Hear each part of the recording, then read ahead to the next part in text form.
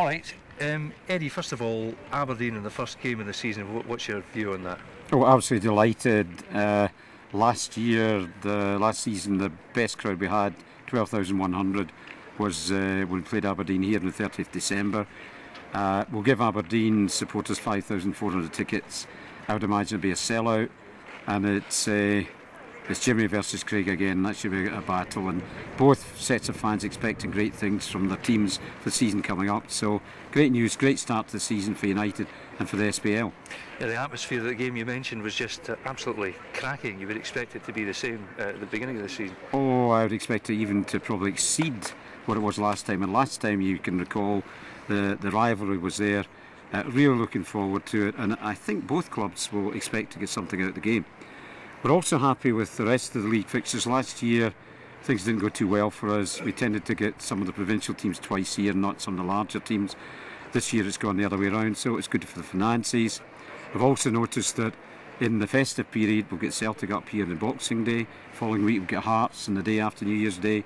So that'll keep the football going in Tayside. And what has happened in prior seasons is you're away far from home over a festive season and people lose interest. So this will keep the interest going. So we're pleased with the fixtures.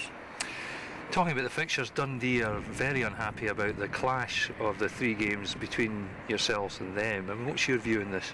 We haven't really taken much time up to that since we got this information this morning. I think there are three games, as you say, which clash. We would hope that Dundee Football Club and Dundee United could get together and discuss that. If necessary, you could have a toss of the coin, as we've done previously. I've heard that Dundee don't want to move in any way whatsoever. That would cause a problem, because at the end of the day there's got to be some form of compromise. But it's not Dundee United's biggest priority at the moment. They're saying that really the SFL should sort it out, and should it not really be possible, as it has been for years and years, to avoid these sort of clashes? You think so, but they both get two separate computer programmes, the SFL and the SPL. The SPL tried their utmost, but there's all sorts of complications, and you know, the only way this could really work out is if we're both in the same league, and I'll say no more than that. Okay.